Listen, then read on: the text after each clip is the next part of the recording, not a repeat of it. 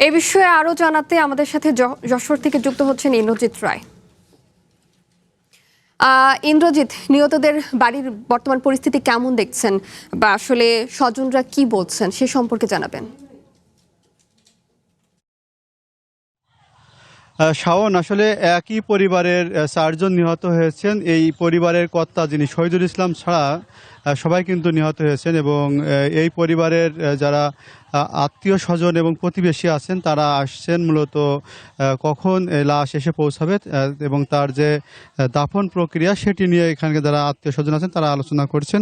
ইতিমধ্যেই আমরা খবর পেয়েছি যে লাশের যে ময়নাতদন্ত সম্পন্ন হয়েছে এবং সম্পন্নের পরে পরিবারের কাছে হস্তান্তর করা হবে এবং লাশ আসার পরেই দাফন করা হবে। ইতিমধ্যেই আমরা দেখছি যে খাটিয়া এখানে এনে রাখা হয়েছে এবং মরদেহ ধোয়াত করার জন্য যে প্রক্রিয়া সেটির জন্য এখানে প্রস্তুতি নেওয়া হচ্ছে এবং আত্মীয় স্বজন সহ যারা আছেন তারা কিন্তু এখানে সমাগত হয়েছেন। তারা বলছেন যে আসলে এই পরিবারের একজন সদস্য বেঁচে আছেন, বাকিরা নিহত হয়েছেন এবং এটি শোকাবহ পরিবেশের মধ্যে দিয়ে যাচ্ছে এবং পুরো গ্রাম জুড়েই কিন্তু শোক বয়ে যাচ্ছে এবং তাদের মধ্যে একটা প্রতিক্রিয়া তৈরি হয়েছে। এই ছিল আমার কাছে যশোর থেকে সর্বশেষ।